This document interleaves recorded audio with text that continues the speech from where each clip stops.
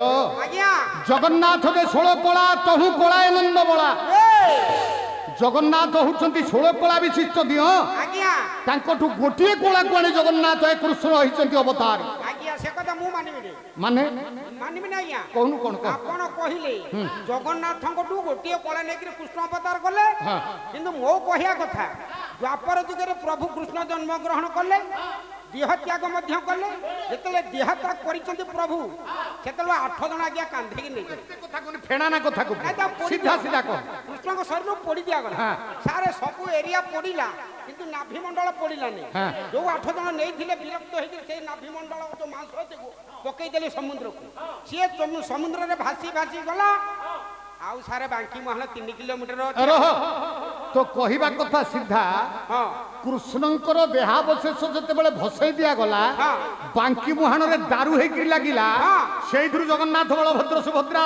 सुदर्शन महाप्रभु सृष्टि हेले आपण तो जानिचंती आज्ञा किंतु ता पूर्वरु जगन्नाथ नथिले ना ता पूर्वरु नथिले नाइ सर सुन रे बुआ कहले ता पूर्वरु जगन्नाथ थिले बोली ओडिया साहित्य ओडिया कवि भक्त कवि दीनकृष्ण दास रसकल्लो रे उठाए पदर लिखि देना हंती राग चोखी चोखी पुओ आज्ञा छंद पद दिए हिरे कौन पकुळ भाई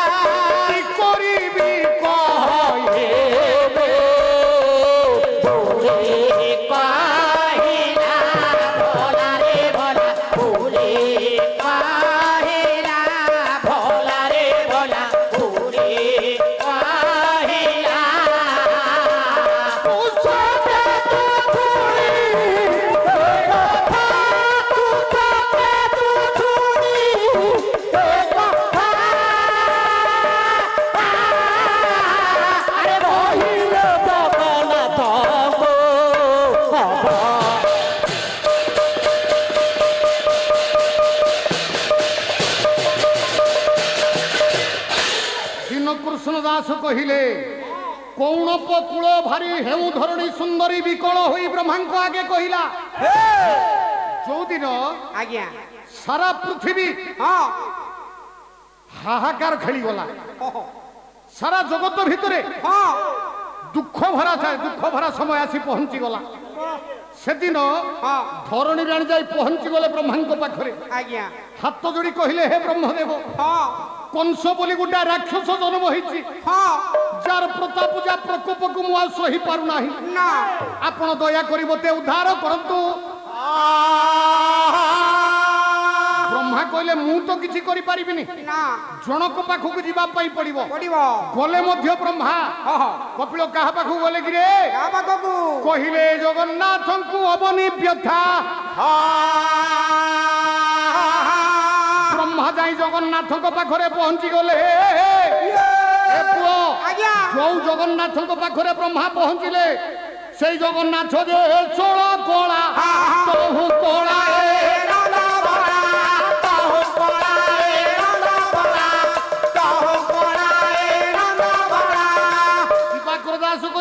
जगन्नाथ होउछंती 16 कला विशिष्ट दियो आज्ञा ताकर गोटिए कला को आनी द्वापर जुगरे कृष्ण हेले अवतारी आज्ञा कपिल ये गला ओडिया साहित्य कथा आ संस्कृत साहित्य भीतर को चलो जो दिन धरणी राणी जाई ब्रह्मा को पाखरे आकुल निवेदन कला सुनिबा परे हसिले जगन्नाथ काई काई कहले अच्छा धरणी राणी যদি তমুক আচ্ছা ব্রহ্মদেব তমুক যদি ধরণী রানী আসি অনুরোধ ন করিথান্তা তুমি কোন মো পাখকু আসিথান্ত না না নাই প্রভু মু কাই আপনার পাখকু আসিথান্তি না তুমি ন আসিলে সুদ্ধা মু মর্ত্যকু যাইথান্তি আচ্ছা তুমি যদি ন আসিথান্ত তথাপি মু মর্ত্যকু যাইথান্তি কাহিকি কইলে কাহিকি প্রভু না মু কাহিকি জগতকু যাଏ ভোগ খাইয়া পাই হেতরিকা আউ কাহিকি জগতকু ভগবান প্রত্যেক যুগরে কাহিকি আসନ୍ତି কাহিকি শুনিবু আজ্ঞা ভাগবতকার জগন্নাথ দাস লেখিলে পরমশাস্ত্র ভাগবতের লেখা হেলা কোন কইলে কোন কলে ভগত হিতে তোর তনু হো তোরা তনু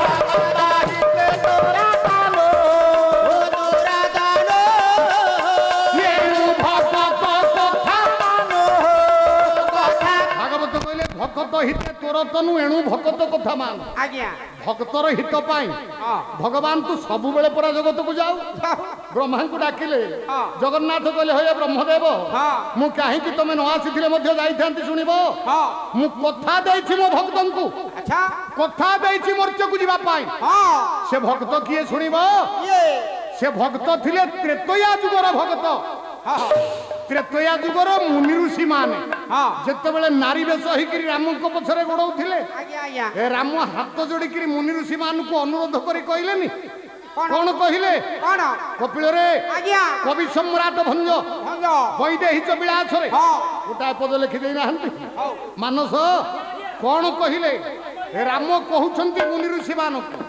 কলে এ যুগরে তুমি মতে পাইবনি না কোউ যুগরে পাইব কোউ যুগ ইরে বল্লভী তুম্ভে ইয়ে বল্লভী তুম্ভে হইব দ্বাপরে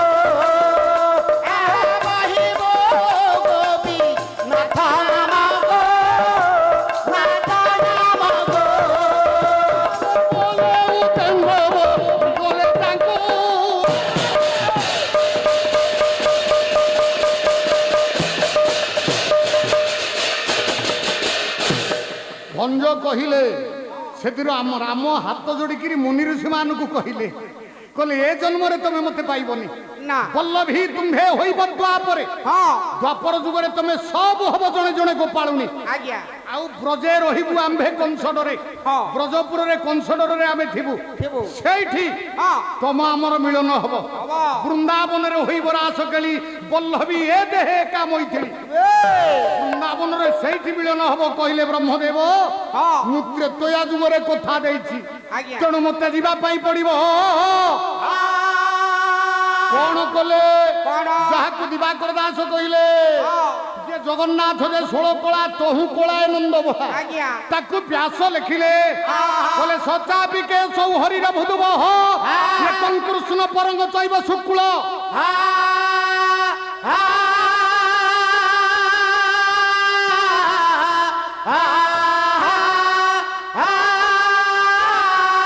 চৌচাপিকে সৌ নিবেশিতাঙ্গ যদুনাঙ্কুলে স্ত্রী ও দেবকী রহিণী চ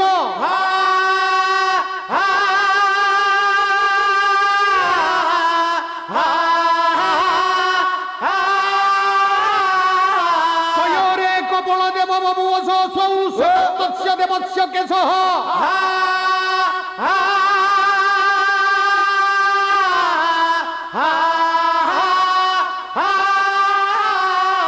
কৃষ্ণ দ্বিতীয় ଉନ୍ନତଃ ଯହ ସମ୍ଭବତଃ କୃଷ୍ଣ ଭଗତଃ।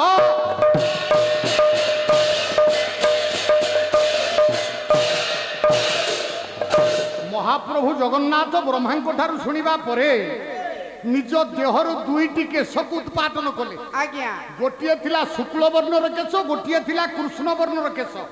ସେ ଦୁଇଟି କେଶକୁ ବାପା ମର୍ତ୍ତ୍ୟରେ ସ୍ଥାପନ କଲେ। ଆଜ୍ଞା କୋଉଠି? ବ୍ୟାସ କହିଲେ ଶୁକ୍ଳ ବର୍ଣ୍ଣର କେଶ ସ୍ଥାନ ପାଇଲା ରୋହିଣୀଙ୍କ ଗର୍ଭରେ, ଆଉ କୃଷ୍ଣ ବର୍ଣ୍ଣର କେଶ ସ୍ଥାନ ପାଇଲା ଦେବକୀଙ୍କ ଗର୍ଭରେ।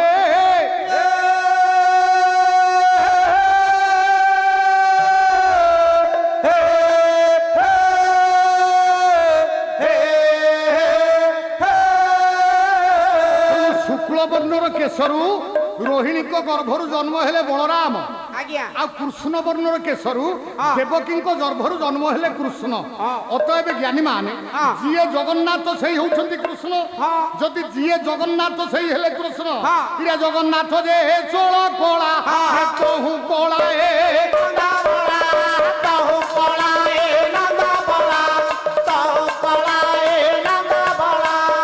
ଯିଏ ଜଗନ୍ନାଥ ସିଏ କୃଷ୍ଣ। ଯଦି ଯିଏ ଜଗନ୍ନାଥ ସିଏ କୃଷ୍ଣ, ତାହେଲେ କୃଷ୍ଣ ବଂଶ ବୁଡେଇ ନାହାନ୍ତି, ଜଗନ୍ନାଥ ବଂଶ ବୁଡେଇ ନାହାନ୍ତି। ଜାଣି ଶୁଣି ପରା ସ୍ୱୟଂ କୃଷ୍ଣ ଚନ୍ଦ୍ର ନିଜ ବଂଶ ବୁଡାଇଲେ।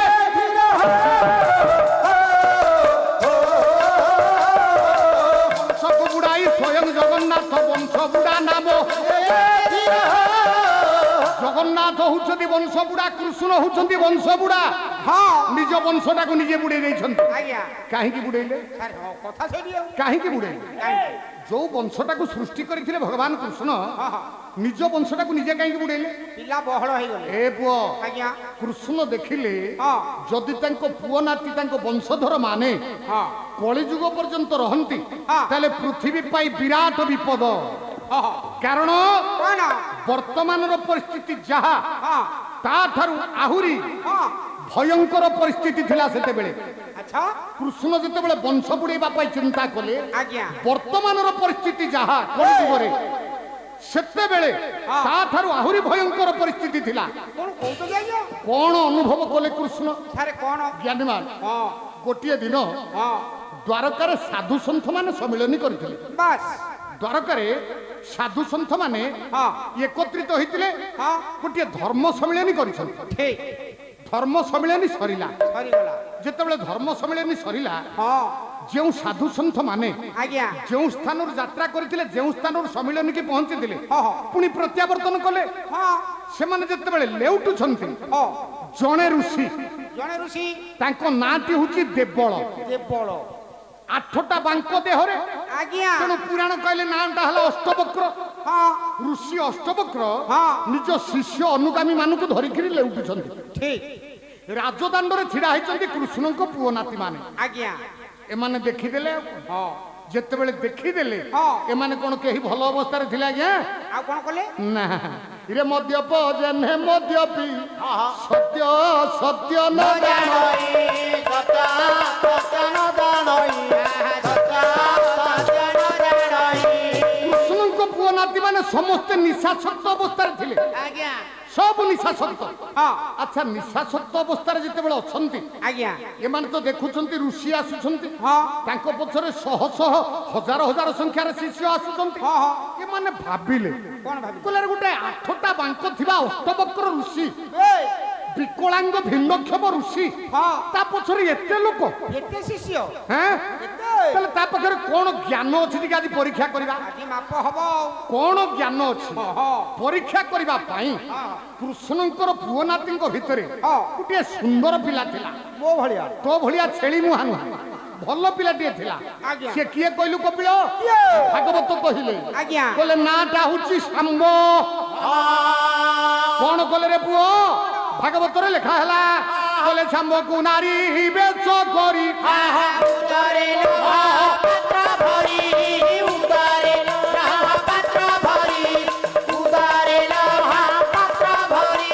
ଶାମ୍ବକୁ ନାରୀ ବେଶରେ ସଜେଇ ଦେଲେ।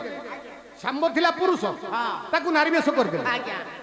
ପୁରୁଷଟା ନାରୀ ହେଇଗଲା ଦ୍ୱାପର ଯୁଗରେ। ଦ୍ୱାପର ଯୁଗରେ କେତେ ଜଣ ପୁରୁଷ ନାରୀ ହେଇଥିଲେ? ଦ୍ୱାପର ଯୁଗରେ କେତେ ଜଣ ପୁରୁଷ ନାରୀ ହେଇଥିଲେ? କେତେ କେତେ ସମ୍ପତ କଲେ ଏକା ଆଉ କେତେ ଆସିବ କୋଉଠୁ ଆଜ୍ଞା? କପିଳରେ ଆଜ୍ଞା ଦ୍ୱାପର ଯୁଗରେ ହଁ କେତେ ଜଣ ପୁରୁଷ ନାରୀ ହେଇଥିଲେ ଶୁଣିବୁ? ସାର୍ କେତେ? ଭୀମ ହେଇଥିଲେ ନାରୀ, ନାରୀ ଅର୍ଜୁନ ହେଇଥିଲେ ନାରୀ, 2 ଶାମ୍ବ ହେଇଥିଲେ ନାରୀ। 3 ହେଲା ଆଜ୍ଞା 3 ଜଣ ଦ୍ୱାପରରେ 3 ଆଉ ନଥିବେ ଆଜ୍ଞା। ଇଏ ଦ୍ୱାପର ଯୁଗ ଲାଷ୍ଟ ହେଲାଣି ନା ତେଣୁ ପୁରୁଷ ହେଇଗଲା ଆଉ। ତ୍ରେତୟା ଯୁଗରେ ପୁରୁଷ ନାରୀ ହେଇଥିଲେ, ତ୍ରେତୟାରେ ସତ୍ୟ ଯୁଗରେ ପୁରୁଷ ନାରୀ ହେଇଥିଲେ। ସତ୍ୟରେ ରହିଥିଲେ ସାର୍ ଏଇ ଯେମିତି ଦ୍ୱାପର ଯୁଗ କଥା କହିଲେ ସେ ଯୁଗରେ କହିଲେ ନାରୀ ଅଛନ୍ତି। ସତ୍ୟ ଯୁଗେ ପରା ସତ୍ୟ ନାରାୟଣ ଇଏ ମୋହିନୀ ବେଶ ଧରିଲେ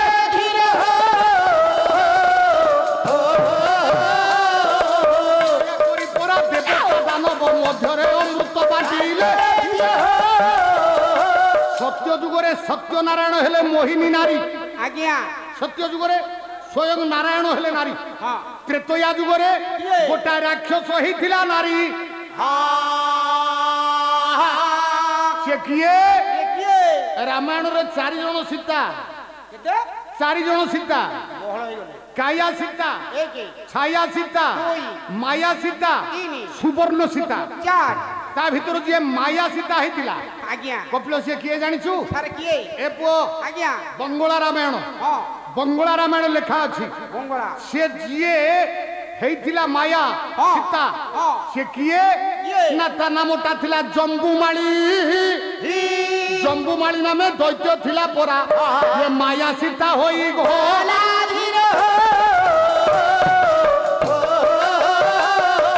ଚନ୍ଦ୍ରହାସ ଥଡ଼କେ ରାବଣ ପରା ହେ ଶିରଚ୍ଛେଦ କରିଦେ। ଜମ୍ବୁମାଳି ହେଲା ମାୟା ସୀତା। ରାବଣ ନିଜ ଚନ୍ଦ୍ରହାସ ଖଡଗରେ ତାକୁ ହାଣି 2 ଖଣ୍ଡ କଲା। ମୁଣ୍ଡଟାକୁ ନେଇ ଗଲା ଧରିକିରି କୋଉଠିକି ନା ଯୁଦ୍ଧ କ୍ଷେତ୍ରକୁ ରାମକୁ କହିଲା ହେ ରାମ ଯୋଉ ସୀତା ପାଇଁ ଏତେ ବାଟ ଆସିଛୁ ଯୁଦ୍ଧ କରିବା ପାଇଁ ନେ ସେ ସୀତାର ମୁଣ୍ଡ ଉପହାର ଦଉଛି। ତାହେଲେ ସିଏ କିଏ? ସିଏ ଥିଲା ଜମ୍ବୁମାଳି ଦୈତ୍ୟ। ଗଲା ଦ୍ୱାପର ଯୁଗରେ ଭୀମ ହେଲେ କେତେବେଳେ କିଚକବଦ୍ଧ ବେଳେ ହେଲେ ନାରୀ। ବିରାଟ ରାଜ୍ୟରେ ଅଜ୍ଞାତବାସରେ ଥିଲା ବେଳେ ନାରୀ ହେଇଥିଲେ କିଏ? ଅର୍ଜୁନ। ଏଠି ଶାମ୍ବକୁ ନାରୀ ବେଶ କରି ଉଦରେ ଲୌହ ପାତ୍ର ଭରି, ଉଦରେ ଲୌହ ପାତ୍ର ଭରି, ଉଦରେ ଲୌହ ପାତ୍ର ଭରି ନାରୀ ବେଶ କରିକିରି ଶାମ୍ବକୁ ଛିଡା କରିଦେଲେ। ଆଉ କୃଷ୍ଣଙ୍କ ପୁଅ ନାତି ମାନେ ଆସୁଛନ୍ତି ଅଷ୍ଟବକ୍ର ଋଷି। ଭାବିଲେ ଦେଖିବା ଋଷିଙ୍କର କେତେ ଜ୍ଞାନ ଟିକେ ପରୀକ୍ଷା କରିବା। ପରୀକ୍ଷା ମା ମା ମା ଆମେ ପୁରା ଇଏ ଛିଡା ହେଇକି ଦଣ୍ଡ ନାଚ ଭଳିଆ ରୋଲ କରିବ। ଶାମ୍ବ ହେଇଛି ଗର୍ଭବତୀ ନାରୀ। କୃଷ୍ଣଙ୍କ ପୁଅ ନାତି ମାନେ ସମସ୍ତେ ନିଶାସକ୍ତ। ଋଷି ଆସୁଛନ୍ତି, ଋଷିଙ୍କ ଆଗରେ ଧରିକିରି ଛିଡା ହେଇ ପଡିଲେ। ହାତ ଯୋଡିକିରି କହିଲେ ଋଷି ବର ଆପଣ ତ ସର୍ବଜ୍ଞ, ଆପଣ ତ ଜ୍ଞାନୀ, ଏବେ କୁହନ୍ତୁ ଇଏ କନ୍ୟାଟି ଆମର ଗର୍ଭବତୀ ହେଇଛି, ତା ଗର୍ଭରେ କଣ ହେଇଛି କଣ ଅଛି କୁହ। ହେ କଣ ଜନ୍ମ ହବ କୁହ। ଯେତେବେଳେ ପିଲାମାନେ ଅଷ୍ଟବକ୍ର ଋଷିଙ୍କୁ ପଚାରିଦେଲେ ତା ଗର୍ଭରୁ କଣ ଜନ୍ମ ହବ କୁହ, ଜଗନ୍ନାଥ ଦାସ ଭାଗବତରେ କଲମ କରିଦେଲେ ରେ ପୁଅ। କଣ କହିଲେ? ଅଷ୍ଟବକ୍ର ଋଷି କହିଲେ କହିଲେ ଗର୍ଭ ମଧ୍ୟ ଅଛି ବାଳ,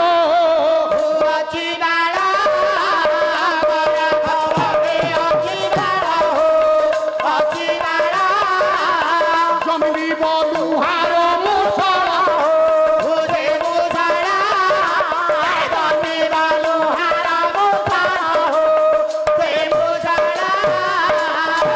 ଗର୍ଭ ମଧ୍ୟ ଅଛି ବାଳ, ଜନ୍ମିବ ଲୁହାର ମୁଷଳ। ତା ଗର୍ଭରେ ଗୋଟା ପିଲା ଅଛି। সেটা কি পিলা রে? কি পিলা? সেটা জন্ম হেলা বেলକୁ গোটা লুহা মুষଳ জন্ম হব। কিন্তু সেই মুষଳ ପାଇଁ কি তুম যদু বংশ নিশ্চয় পরা ধ্বংস হে।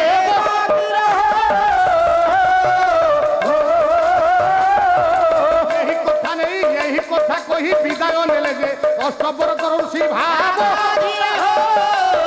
কইলে পিলায় তা গর্ভর গোটা লুহা মুষଳ জন্ম হব। সে মুষଳ ପାଇଁ তম বংশ বুড়ি যাব।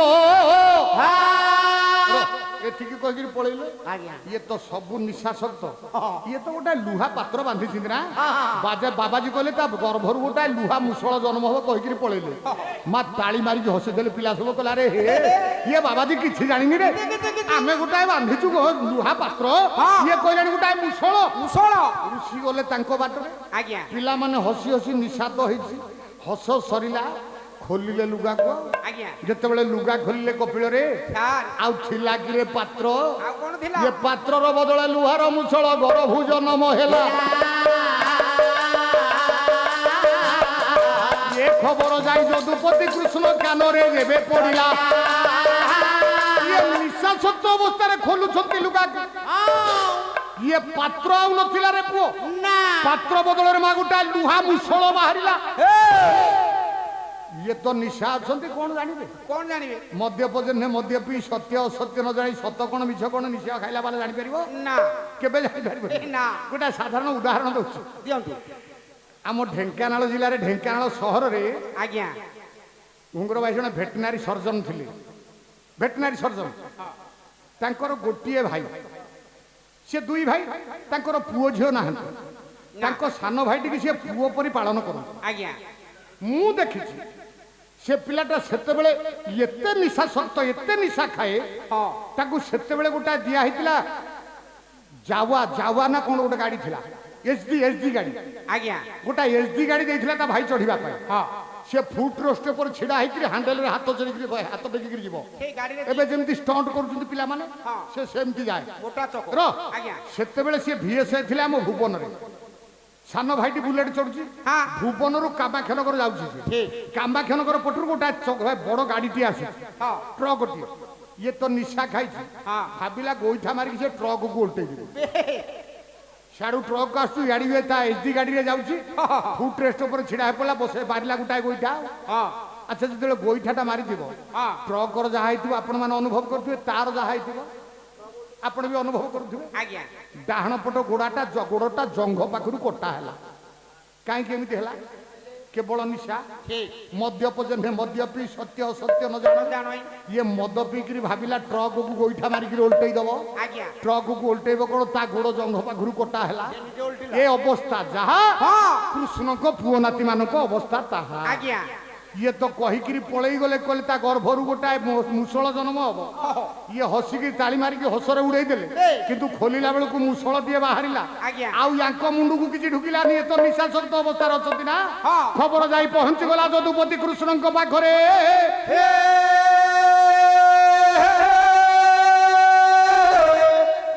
ଜାଣିଲେ ଋଷି ଅଭିଶାପ ଦେଇଛନ୍ତି ମାନେ ସତ୍ୟ ହବ ଦେଖିବା ଚେଷ୍ଟା କରିବା କାଳେ ବଂଶଟା ରକ୍ଷା ହେଇଯାଏ ଆଜ୍ଞା ଭୀମଙ୍କୁ ଡକା ହେଲା ଭୀମଙ୍କ ହାତକୁ ଲୁହା ମୁଷଳଟି ଧରା ହେଲା ହାତ ଯୋଉ ଅନୁରୋଧ କଲେ ଭୀମ ଅନୁରୋଧ କଲେ କୃଷ୍ଣ କହିଲେ ଭାଇ ଆପଣ ଏ ମୁଷଳଟା ନେଇକିରି ଯାଆନ୍ତୁ ସମୁଦ୍ର କୂଳରେ ପର୍ବତ ଉପରେ ବାଲି ପକେଇକିରି ସେ ଲୁହା ମୁଷଳଟାକୁ ଘଷି ଘଷି ଘଷି ଘଷି ନଷ୍ଟ କରି ଦିଅନ୍ତୁ ଭୀମ ମୁଷଳ ନେଇ ଗଲେ ବାଲି ପକେଇ ପର୍ବତ ଉପରେ ଲୁହା ମୁଷଳଟାକୁ ଘଷିବାକୁ ଲାଗିଲେ ଲୁହା ମୁଷଳ ଘଷୁଛନ୍ତି ସେଥିରୁ ଯୋଉ ଲୁହା ଗୁଣ୍ଡ ବାହାରିଲା ଇଏ ସମୁଦ୍ର ଜଳରେ ଭାସିଲା ରେ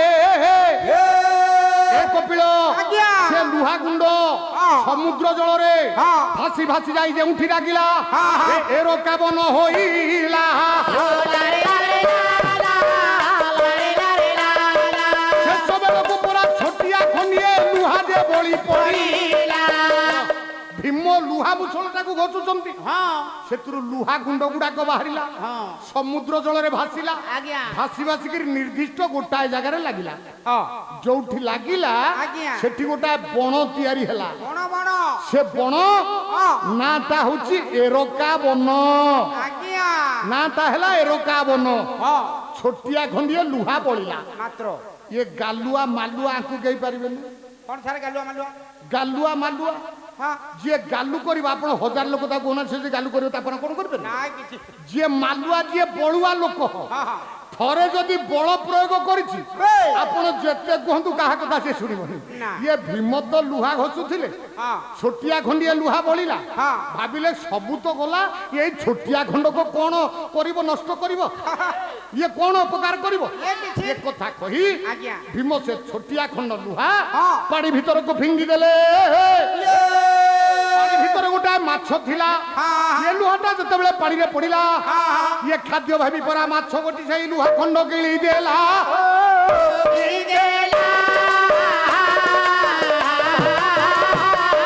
ଇଏ କୁହନ୍ତେ ମୋର ଗୁଣଜ୍ୟ ମଣ୍ଡଳୀ ଯାହା ଘଟଣା ଘଟିଲା।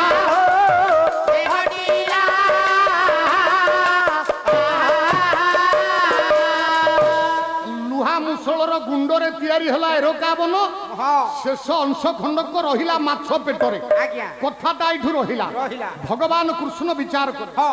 ମୋ ପୁଅ ନାତି ମାନଙ୍କର ଅବସ୍ଥା ଯାହା, ହଁ ଏମାନେ ଯଦି ବେଶୀ ଦିନ ବଞ୍ଚି ରହନ୍ତି, ରହିବେ। ଇଏ ପୃଥିବୀ ପାଇଁ ଏମାନେ କଣ୍ଟା ସଦୃଶ, ଠିକ। ଇଏ ପୃଥିବୀ ପାଇଁ ହଁ। ଏମାନେ ହଉଛନ୍ତି କାଳ ସଦୃଶ। ହଁ। ଯେତେ ଶୀଘ୍ର ପୃଥିବୀରୁ ବିଦାୟ ନେବେ, ହଁ। ଏମାନଙ୍କୁ ପୃଥିବୀ ସେତେ ଶୀଘ୍ର ଶାନ୍ତି ପାଇବ। ଠିକ। ଏ କଥା ଭାବି ହଁ। ନିଜ ବଂଶକୁ ବୁଡେଇବାର ଚିନ୍ତାଧାରା ନେଇ ଆଜ୍ଞା। ସେଦିନ କୃଷ୍ଣ ହଁ। ନିଜ ପୁଅ ନାତି ମାନଙ୍କୁ ଡାକିଲେ, ହଁ। କହିଲେ ପିଲାମାନେ ହଁ। ସମସ୍ତେ ଆସ। ହଁ କୃଷ୍ଣଙ୍କ ପୁଅ ନାତି ମାନେ ସମସ୍ତେ କୃଷ୍ଣଙ୍କ ପାଖରେ ହାତ ଯୋଡ଼ିକିରି ଛିଡା ହେଇଛନ୍ତି। ହାତ ଯୋଡ଼ି ଛିଡା ହେଇଛନ୍ତି, ପଚାରିଲେ ଭଗବାନ କୃଷ୍ଣ, ହଁ। କହିଲେ ପିଲାମାନେ ଆଜ୍ଞା ମୁଁ କିଏ? ଆପଣ ହଉଛନ୍ତି ଏ ଦ୍ୱାରକାର ରାଜା, ମୁଁ ଯଦି ଦ୍ୱାରକାର ରାଜା, ହଁ। ଦ୍ୱାରକାର ଅଧିବାସୀ ମାନେ, ଆପଣଙ୍କ ପ୍ରଜା। ଆଚ୍ଛା ରାଜା ଆଉ ପ୍ରଜା ଭିତରେ ସମ୍ପର୍କ କଣ ଜାଣିଛ? ହଁ ଗଙ୍ଗାଧର ମେହେର ଲେଖିଲେ ହଉ ହଉ ତପସ୍ୱିନୀ କାବ୍ୟରେ। ଆଜ୍ଞା ରାଜା ପ୍ରଜାର ସମ୍ପର୍କ କଣ କିରେ କପିଳ? କଣ ଆଜ୍ଞା? ରାଗ କଣ ଜାଣିଛୁ? ବଙ୍ଗଳାଶ୍ରୀ ମଙ୍ଗଳାଶ୍ରୀ କହିଲେ ପ୍ରଜା ରକ୍ତ ଜଳ ଇଏ କଣିକା ପଟ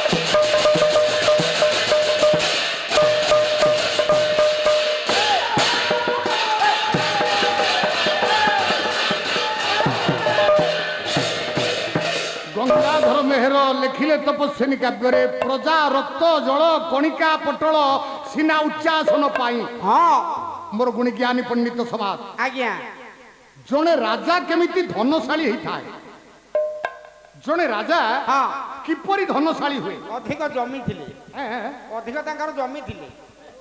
ଜମି ଥିଲେ, ହଁ ସେ ଧନ ତାର ହବ, ଧାନ ଅଧିକ ହବ, ବିକ୍ରି କଲେ ଆଜ୍ଞା ମଣ୍ଡିରେ, ଆଉ ଧାନ ଅଧିକ ପଇସା ହେଲେ ଧନବାନ ଆଉ କଣ। ହଁ ମଣ୍ଡିରେ ଧାନ ବିକିଲେ ଅଧିକା ପଇସା ହବ, ସେ ଧନୀ ହେଇଯିବ ଆଉ। ଆଜ୍ଞା କିଏ ରାଜାର ଯଦି ବେଶୀ ଥିବ କଣ ଜମି ଜମିବାଡ଼ି ଥିବ? ଆଜ୍ଞା ଆଜ୍ଞା ହେରେ ମୂର୍ଖ, ଓ